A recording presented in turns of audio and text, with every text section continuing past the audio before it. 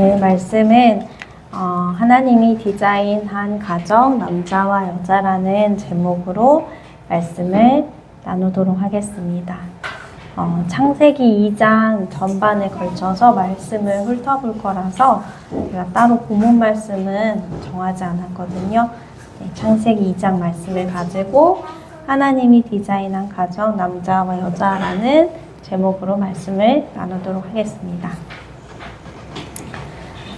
지난 시간에 창세기 1장 말씀을 통해서 말씀으로 이 세상을 창조하신 하나님, 우리가 너무나 잘 알고 있는 천지창조에 대해서 말씀을 나눴고요.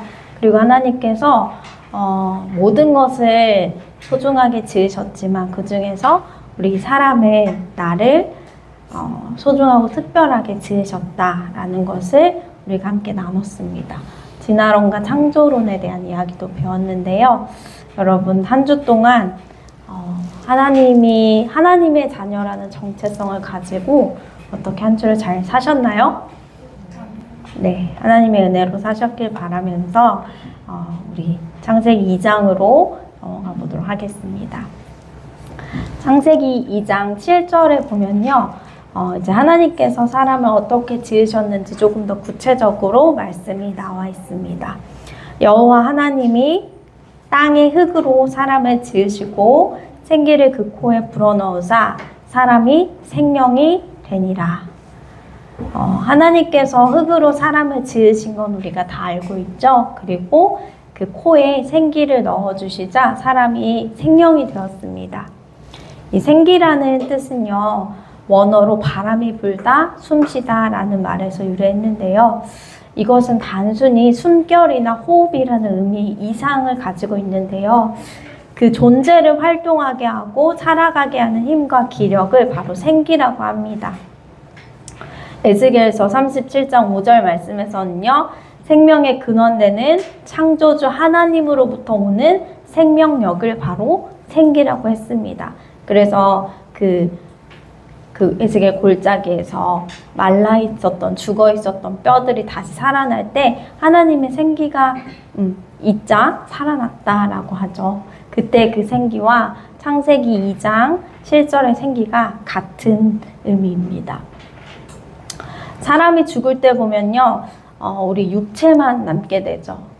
육체만 남고 영혼은 어떻게 돼요? 영혼은 떠나게 됩니다. 하나님께서 넣어주신 생기가 인간에게서 떠나면 사람은 죽게 되는 것입니다. 그래서 우리 육체는 다시 흙으로 돌아가게 되죠. 인간의 살고 죽는 모습을 보면 생명의 주인은 정말 하나님이시구나. 그리고 인간은 절대로 스스로 생기를 불어넣을 수도 주관할 수도 없는 존재라는 것을 알 수 있습니다. 창조주이신 하나님께서는 이렇게 피조물인 인간에게 모든 것을 허락하시고 경작하고 지키게 하셨습니다. 무엇 하나만 먹지 말라고 하셨어요? 선악과요. 네, 선악을 알게 한 나무만 빼고 경작하고 지키게 하셨습니다. 창세기 2장 9절에서 17절까지 보면 우리 같이 한번 읽어볼까요? 여호와 하나님이 그 땅에 보기에 아름답고 먹기에 좋은 나무가 나게 하시니 동산 가운데는 생명나무와 선악을 알게 하는 나무도 있더라. 여호와 하나님이 그 사람을 이끌어 에덴 동산에 두어 그것을 경작하며 지키게 하시고 여호와 하나님이 그 사람에게 명하여 이르시되 동산 각종 나무의 열매는 내가 임의로 먹되 선악을 알게 하는 나무의 열매는 먹지 말라. 내가 먹는 날에는 반드시 죽으리라 하시니라. 아멘. 아담은 이 말씀에 순종했습니다.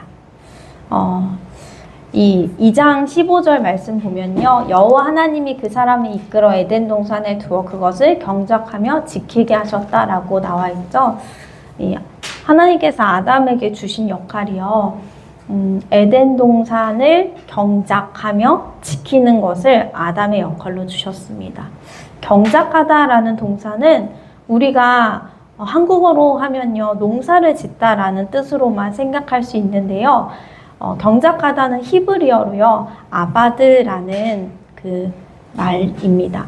근데 이 아바드라는 단어가요, 동사로는 일하다, 섬기다, 수고하다, 경작하다, 예배하다라는 뜻으로 조금 더 폭넓게 사용됩니다. 예전에 유지호 목사님이 설교 중에 한번 얘기했었거든요. 이 아바드라는 단어를요.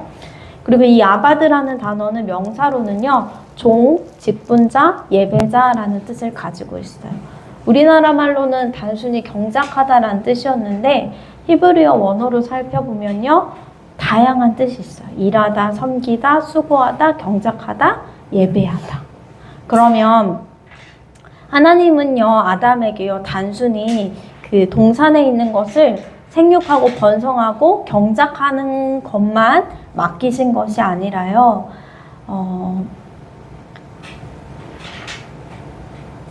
뭘 또 맡기셨어요? 예배하는 일도 맡기셨어요. 그리고요, 섬기는 일도 맡기셨어요. 아담은 토양을 능숙하게 다루어야 하는 그런 농사일도 해야 했지만요, 남자로서 자신뿐만 아니라 자신이 섬기고 사랑하는 사람들의 마음 또한 잘 가꾸고 섬기고 예배하는 일에 하나님께서 주신 역할이 있었다는 것입니다.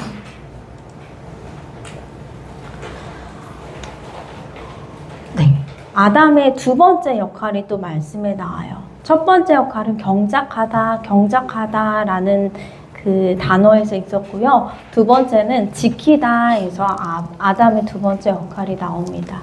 지키다라는 것은요, 히브리어로 샤마르라는 단어인데요.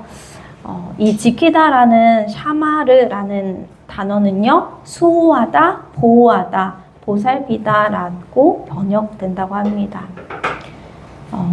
지키다의 의미랑 좀 비슷한 것 같죠? 그런데 남자는 땅을 경작해야 될 뿐만 아니라 칼을 들어서 지키고 보호하고 보살피는 그런 책임과 역할도 하나님께서 같이 주셨다는 거예요. 아담은 하나님의 대리 통치자로 에덴 동산을 다스려야 했으며 동산을 풍요롭게 할 뿐만 아니라 그곳을 안전하게 지키는 것도 아담의 책임과 역할이었어요.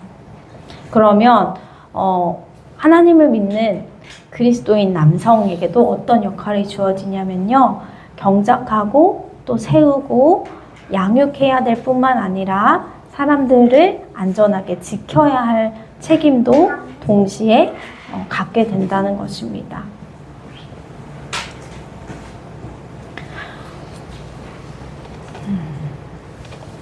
땅을 일구고 경작하는 것, 또 마음을 세우고 가정의 예배자로 사랑하고 보호하며 하나님의 말씀으로 자녀와 아내를 양육할 책임이 이 아담, 남자에게 있다는 것입니다. 원어로 이 단어를 살펴보면요, 이런 의미가 그 안에, 말씀 안에 포함되어 있다라는 것을 우리가 알 수 있어요. 그런데 그냥 한국어로 경작하다, 지키다라는 그 단순한 1차적인 뜻만 보면 아담의 역할은 경작하고 지키는 것뿐이다 라고 생각할 수밖에 없게 되죠.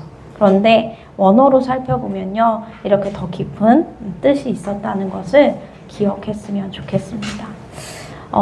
이렇게 경작하고 보호하고 예배하고 지키고 이러한 역할을 아담에게 주셨는데요, 하나님은 아담이 혼자 사는 것을 좋게 보시지 않았어요. 그래서 돕는 배필을 만들게 됩니다.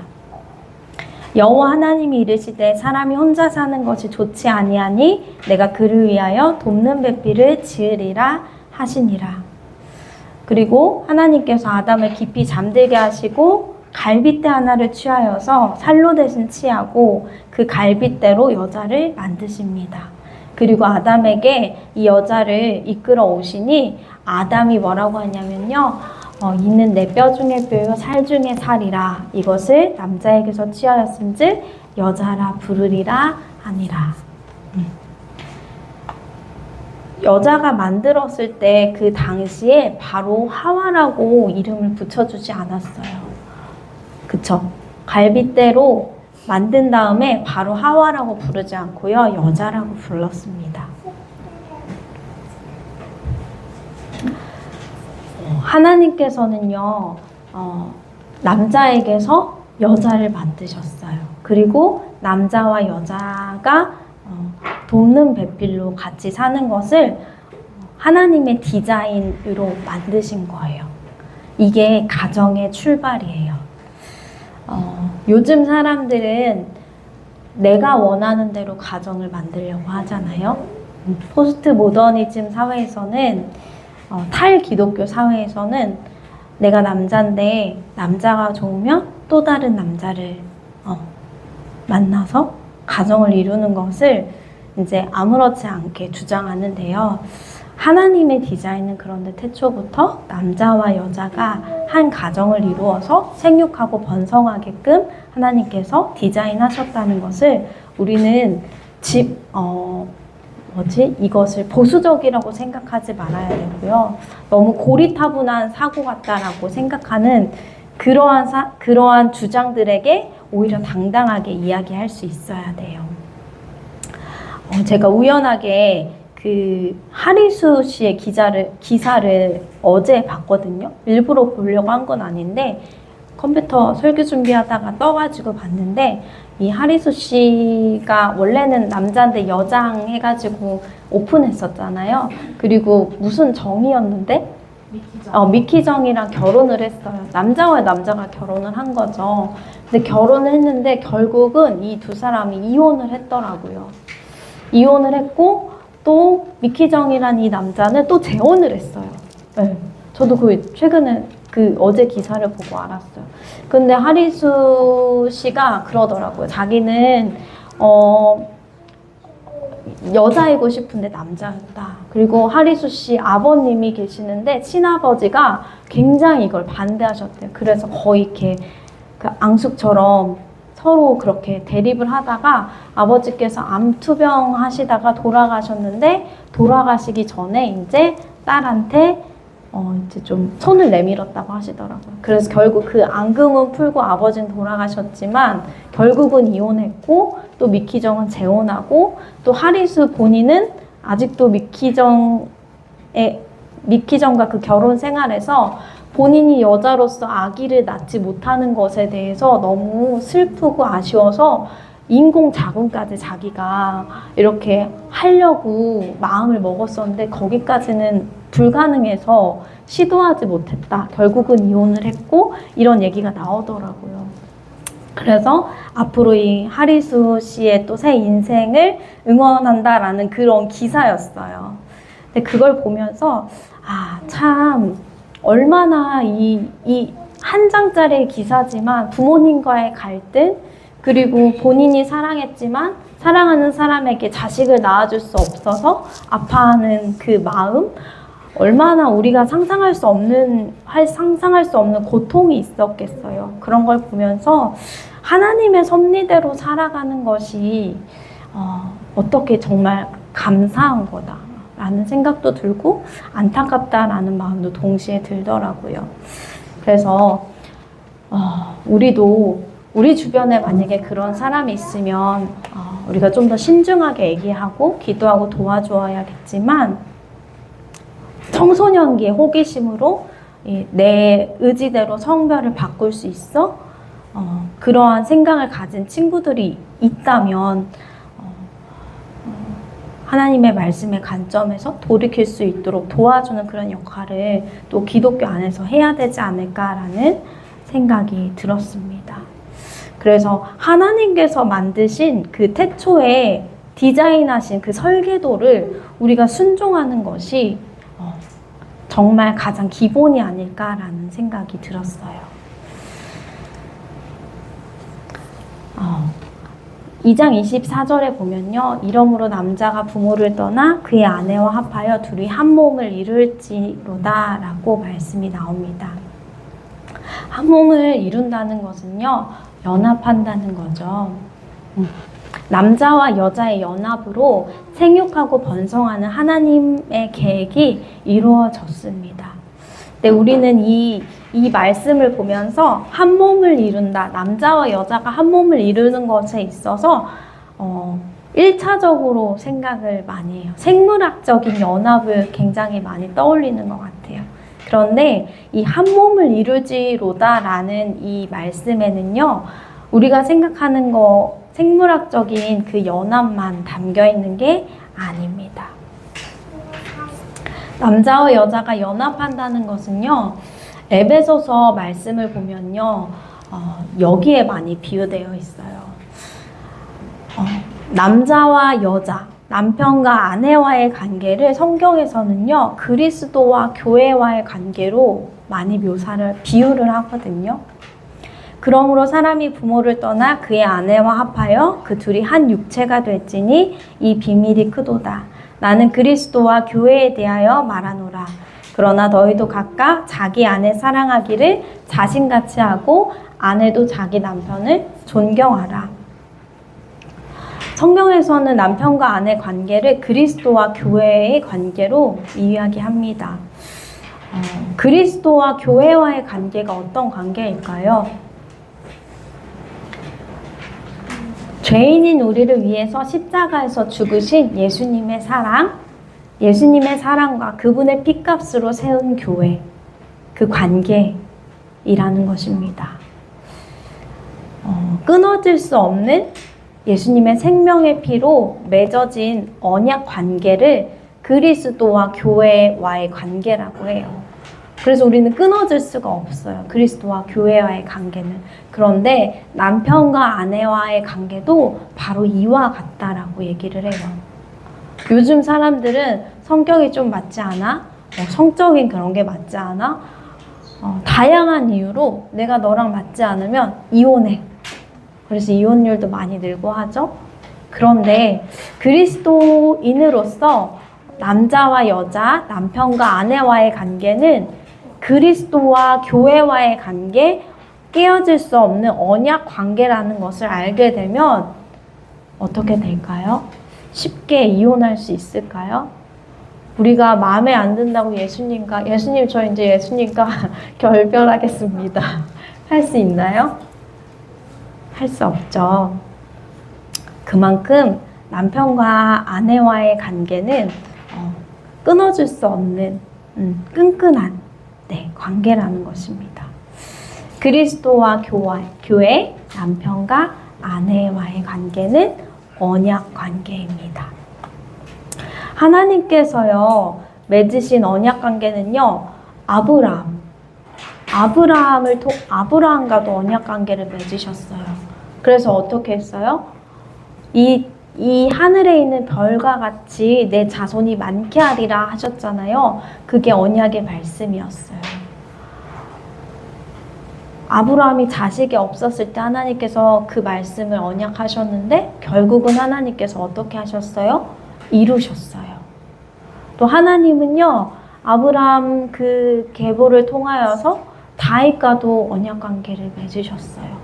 그래서 내가 내 혈통을 통해서 내 자손을 통해서 구원자를 예비하시겠다는 그 약속을 하나님께서는 지켜내세요.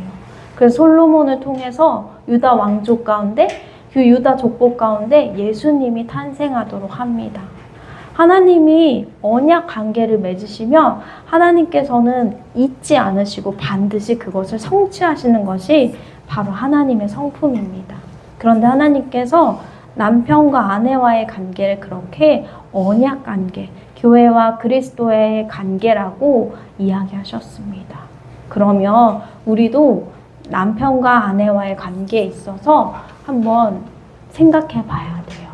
인간적인 감정으로 우리가 사랑을 해서 결혼을 하지만 그 안에는요, 베이스가 뭐냐면 언약 관계라는 것입니다. 남편과 아내 사이에는요, 예수님이 계신 언약 관계입니다. 그래서 우리는 남편이 어떻든지 아내가 어떻든지 인내하고 오래 참고 용서하고 용납하는 그런 과정을 가져야 하는 거예요. 누가 우리에게 해주셨던 것처럼요, 예수님이 우리에게 해주셨던 것처럼 우리도 서로 남편에게 아내에게 용서하고 용납하고 인내하고 오래 참는 그 예수님께서 우리에게 보여주셨던 사랑, 그리고 우리가 예수님께 보여줄 수 있는 그 존경의 관계를 서로 이루어야 한다는 것입니다. 이것이 하나님께서 말씀하신 부모를 떠나 남자와 여자가 한 몸을 이룰지니라 라는 연합의 그 참 뜻임을 기억하셨으면 좋겠습니다. 창세기 2장 18절에 보면요. 여호와 하나님이 이르시되 사람이 혼자 사는 것이 좋지 아니하니 내가 그를 위하여 돕는 배필을 지으리라 하시니라 라는 말씀이 또 나옵니다. 남자와 여자가 연합하는 그런 관계라고 하니까 연합이라고 하면은 뭔가 차등은 생각이 들지 않잖아요. 누가 높고 누가 낮은 게 생각이 들지 않아요. 그런데 창세기 2장 18절 말씀을 보면요. 내가 그를 위하여 아담을 위하여 돕는 배필을 지으리라 하시니라 이 말씀에서 여자분들이 가끔 이런 말을 해요. 왜 하나님은 아담을 위해서 여자를 만드셨어요? 여자가 그럼 남자의 치다발이에요? 남자가 여자 위에 있나요? 그리고 또 남자가 여자의 머리라고 하니까 그럼 여자가 한 단계 아래인데? 이런 생각으로 성경은 남자와 여자를 차별한다. 하나님은 남자를 더 위에 놓으신다라는 그런 질문을 하시는 분들이 계시더라고요. 그래서 한번 이 말씀으로 그 오해를 한번 깨트려 보도록 하겠습니다. 여자가 남자 아래에서 돕는 역할을 해야 한다라고 이 말씀을 이해하는 것은 일단 잘못된 해석입니다. 이 돕다라는 단어를 히브리어로 보면요. 에제르라는 단어라고 해요. 이 에제르는요. 하나님이 자신의 백성을 도우실 때 사용하는 단어입니다. 그래서 시편 70편 5절에서 주는 나의 도움이시오 나를 건지시는 이시오니 라는 말씀에서 이 도움이라는 이 말에도요 에제르라고 번역이 된다고 해요. 주님께서 나의 도움이신데 그러면 주님이 나보다 좀 지위가 낮아서 나를 도와주시나요? 그렇게 들리지는 않으시죠? 이 말씀을 보면서 하나님이 우리를 도우실 때 연약하고 지위가 열등해 보이지는 않기 때문입니다. 또 보혜사 성령님이 우리를 도우실 때 신약에서 그 돕다라는 뜻에도요 에제르라는 단어가 어원이 된다고 합니다. 보혜사 성령님은요 지금도 우리를 도우세요. 우리의 기도를 도우시고 우리의 마음이 어려울 때 도우십니다. 그런데 그때도 에제르라는 단어가 사용된대요. 성령 하나님이 우리보다 지위가 낮아서 돕는 것이 아닙니다. 오히려 돕는 사람이 더 능력이 있는 거 아니에요? 그쵸? 도와줄 수 있다라는 것은 내가 그것을 해줄 수 있는 지식도 있고 식견도 가지고 있고 경험도 있기 때문에 도울 수 있는 거예요. 경험이 없고 아무것도 모르면 도와줄 수가 없어요. 그러면 사실 아담을 위하여 돕는 배필을 지으리라 라는 말씀에는요 어떻게 보면 여자가 남자를 도울 수 있는 또 다른 무언가를 하나님께서 그 안에 만들어 주셨다라고 해석할 수도 있다라는 것입니다. 우리가 하나님, 예수님, 성령님이라고 이렇게 삼위일체 하나님을 부르죠. 하나님, 예수님, 성령님. 그런데 이 세 분은 순서대로 능력이 있으신가요? 하나님이 첫 번째, 예수님이 두 번째, 성령이 세 번째. 그건 아니잖아요. 동등됩니다. 동등한 위격을 가지고 있고요. 삼위일체 하나님이세요. 세 분은 태초부터 지금까지 동등된 자격으로 함께 하시는 분입니다. 하나님은 이렇게 본인 자체도 동등되게 세 분이지만 한 분이 동등된 위격을 가지고 태초부터 계셨어요. 그리고 아담과 하와를 만드실 때도 자신의 피조물에게도요 이 평등함을 잊지 않으셨어요. 그래서 남자와 여자는 평등해요. 그런데 하나님께서 조금 다르시게 만든 것이 뭐냐면 그 역할을 다르게 만드신 것입니다. 낮은 지위 열등해서 돕는 배필로 아내를 만드신 것이 아니에요. 돕는 배필로서 아내의 역할은 하나님을 닮은 영예로운 일입니다.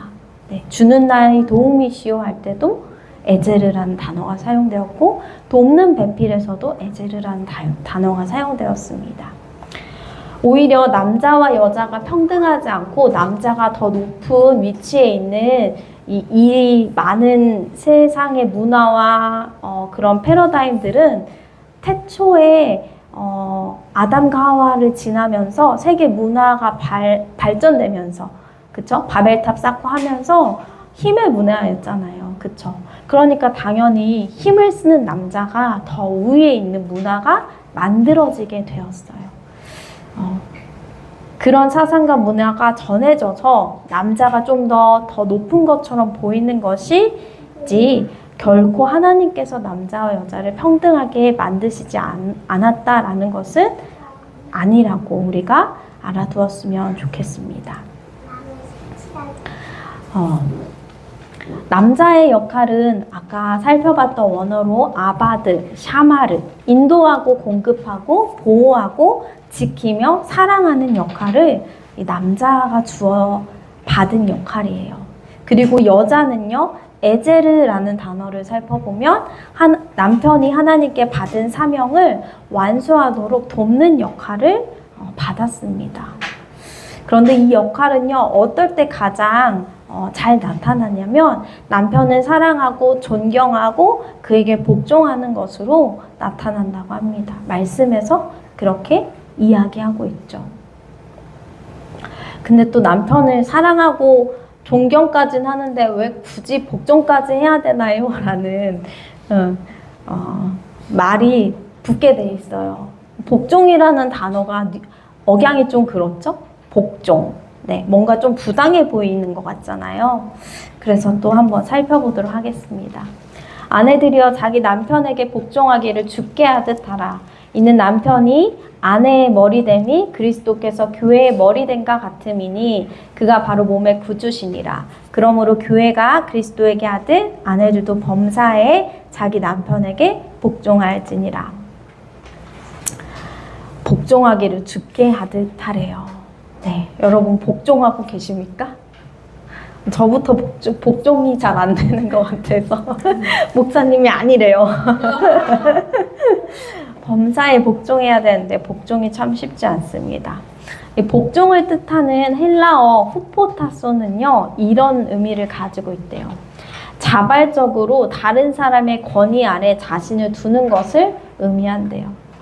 우리는 복종이라고 하면요, 뭔가 굴복하는 거를 생각하잖아요. 그런데 헬라어에서 이 복종의 어원을 찾아보면 이런 의미가 있다고 합니다.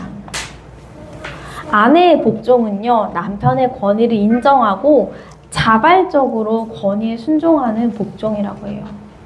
그러니까 성경에서 남편에게 복종해라 하면은, 내가 정말 하기 싫은데, 진짜 어쩔 수 없이 내가 너한테 꿇는다. 이런 의미의 복종이 아니라, 하나님이 주신 남편의 권위에 인정하면서 자발적으로 복종한다라는 것입니다. 그래서 아내에게 요구되는 복종은 자녀에게 요구되는 순종과는 본질적으로 다르고요.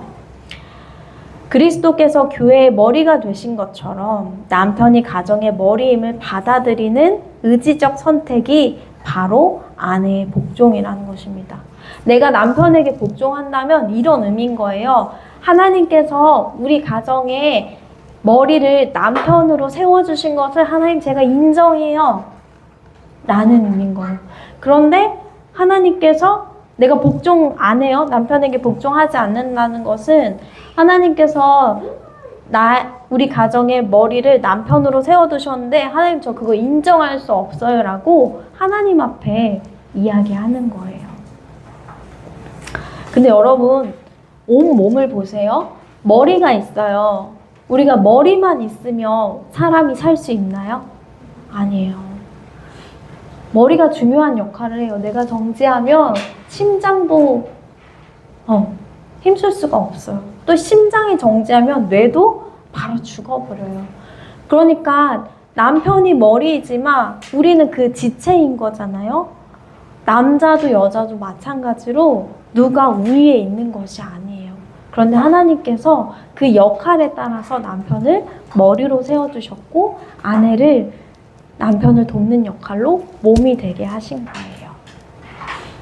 그래서 우리는 복종하라라는 그 단어에 약간 알레르기처럼 반응하는 것들을 버려야 돼요. 자발적으로 하나님께서 우리 가정에게 허락하신 권위에 내가 순종한다라는 의미이기 때문입니다. 이것은 단순히 내가 남편에게 순종하는 것이 아니라 하나님 명령에 순종하는 믿음의 표본이에요. 그래서 복종은 아무나 할 수 있는 게 아니에요. 성숙한 신앙을 가지고 있어야 되고요. 성숙한 믿음에서 복종할 수 있어요.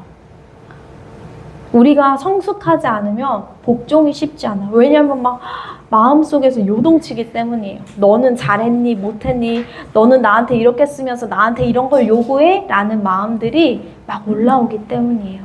그런데 그걸 다 내려놓고 하나님께서 나에게 주신 말씀이기 때문에 자발적으로 성숙한 믿음의 결단으로 복종하는 것이 아내의 역할이라는 것입니다. 자발적인 그 복종은 남편이 완전할 때 할 수 있을까요? 남편이 완전할 수 있나요? 없어요. 여자가 성숙해지면 복종할 수 있나요? 성숙한 여자가 복종할 수 있다고 했지만 여자가 성숙해 하기 때문에 또 되는 것은 아니에요. 네. 어떻게 되는 거냐면요. 복종은 여자 안에 계신 하나님의 그 신실하심 때문에 가능한 것입니다. 남편의 완전함 때문에 가능한 것이 아니에요. 왜냐하면 우리 둘 다 죄인이기 때문이에요. 복종은 성숙을 필요로 하지만 충분 조건은 아닙니다. 오늘 이 창세기 2장을 통해서 하나님께서 아담에게서 아담을 지으시고 생기를 불어넣어서 생명이 되게 하셨고요. 또 아담의 역할에 대해서 살펴봤어요. 경작하고 지키는 거, 보호하고 사랑하고 양육하는 거. 그리고 여자의 역할은요, 뭐였어요? 돕는 배필. 이것이 지위가 낮아서 돕는 것이 아니라 하나님께서 주신 권위 아래 순종하면서 자발적인 복종으로 남편의 돕는 배필이 되라라고 하나님께서 말씀하셨어요. 그래서 남자와 여자, 남편과 아내는 교회와 그리스도의 관계로서 언약 관계로 세워진 것이 바로 부부 관계다라는 것을 우리가 말씀을 통해서 배웠어요. 창세기 이제 2장이 맞춰지고 창세기 3장을 제가 이제 살펴보면서 창세기 3장에 뭐가 나올까요, 여러분? 네, 맞아요. 성경에서 가장 중요한 부분이라고 할 수 있죠. 아담과 하와의 불순종, 선악과를 따먹는 죄의 부분이 나와요. 그런데 제가 2장 말씀을 이렇게 살펴보면서 3장이 또 다르게 또 이해가 되더라고요. 인간이 선악과를 따먹게 된 이유는요, 하나님이 동산 중앙에 선악과를 두었기 때문이야. 왜 그 유혹거리를 줘서 인간이 따먹을 수밖에 없게 호기심을 갖게 만들어요? 라는 인간의 입장에서 질문하는 걸 되게 많이 들었거든요. 그런데 이 질문에 대한 답이 누군가 이렇게 얘기하더라고요. 하나님은 아담에게 모든 권세를 주시고 딱 한 가지 선악과를 통해서 내가 너의 창조주야 라는 사실을 각인시키셨다라고 해요. 그래서 공증, 문서 계약하듯이 그 공증으로 동산에 선악과 나무를 두어서 너가 지나다가 이걸 볼 때마다 내가 너에게 모든 것을 다 다스릴 권세를 주고 다 주었지만 이거 하나만큼은 안 되라고 얘기한 게 창조주와 피조물과의 관계라는 것을 잊지 말라고 선악과 나무를 동산 정중앙에 놓았다라고 얘기하는 그걸 본 게 있거든요. 근데 그게 되게 와닿는 거예요. 그리고 그렇게 하나님께서 말씀하시고 내가 창조주고 너는 피조물이야. 네가 경작하고 다스리고 지키고 번성하게 하고 이름을 짓고 다 할 수 있지만 너는 한계가 있는 사람이야 라고 하나님께서 말씀하셨어요. 그런데 아담과 하와가 선악과를 따먹은 것은 하나님께서 남자와 여자에게 주신 그 각자의 역할에 순종하지 못했구나라는 생각이 창세기 2장 말씀을 이렇게 준비하면서 좀 연결이 됐던 것 같아요. 아담은 하나님께서 경작하고 지키라고 하신 것을 순종하지 못했어요. 아담이 경작해야 될 것은 밭도 있었지만 열매도 있었지만 하와의 마음을 했어야 됐어요. 하와가 뱀의 유혹에 넘어갔을 때 아담에게 와서 뱀이 이렇게 얘기했어. 우리 한번 먹어볼까 했을 때 아담은 자신의 역할에 충성했어야 돼요. 그래서 하와의 마음을 보호해주고 다스렸어야 돼요. 돌이킬 수 있도록 해줬어야 돼요. 이게 남자의 역할이었어요. 하나님께 태초에 아담에게 주신. 근데 아담은 여기에 이 역할을 잊어버렸어요. 그래서 어떻게 했어요? 하와가 이거 먹어봐 했을 때 그래 먹자 하고 먹었어요. 가정의 머리가 누가 됐어요? 하와가 됐어요. 아담이 머리가 되어서 마음을 돌이키고 보호하고 지킬 수 있게 했어야 됐는데 하와의 마음을 지켜주지 못했어요. 하나님께서 주신 그 머리의 자리에서 지키지 못했어요. 그래서 하와는 어떻게 했어요? 남편을 이끌었어요.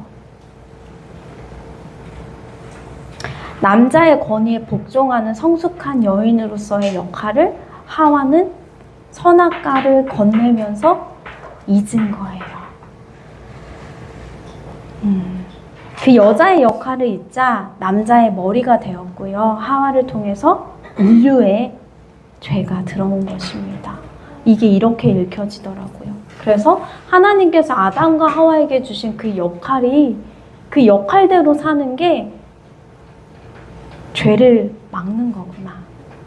그러면서 우리 가정을 한번 봤어요. 가정의 불화가 어디서 시작될까? 바로 내 역할을 온전히 알지 못하는 거. 알면서도 놓치는 거에서 가정의 불화가 시작되더라고요. 마치 아담과 하와가 자신의 역할을 잊었을 때 선악과를 따먹었던 것처럼 말이죠. 그런데 가정 안에서 온전할 수 없는 우리가 이 죄를 잡을 수 있을까요? 없어요. 태초에 하나님이 하나님을 닮아서 완전했어요. 아담과 하와는. 그 완전했던 아담과 하와도요. 선악과 따먹는 걸 본인들이 어떻게 할 수가 없었어요. 죄를 피할 수 없었는데 그런데 이미 죄인인 우리가 어떻게 이걸 피할 수 있을까라는 생각이 들더라고요.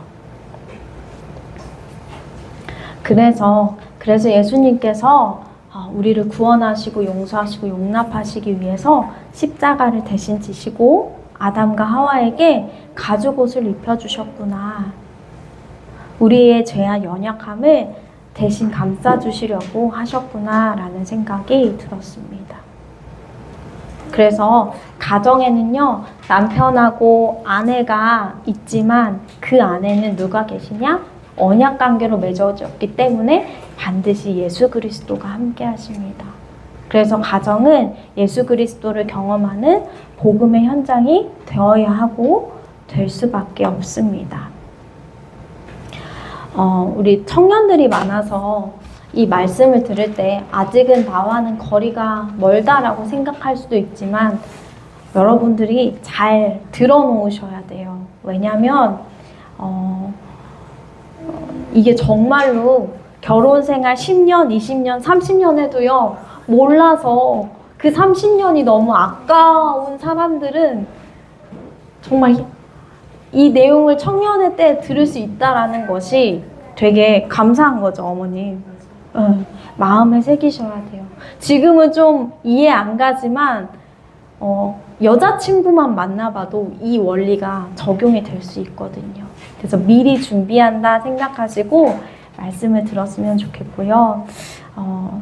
저는 우리 스토리처치 교회 그 성도분들의 가정이 이렇게 화목한 가정으로 세워졌으면 좋겠어요.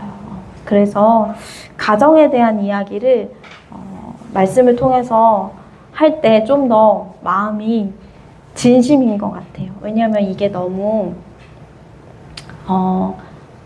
돌이키기 어려운 그런 긴 서사를 가진 이야기가 될 수도 있거든요.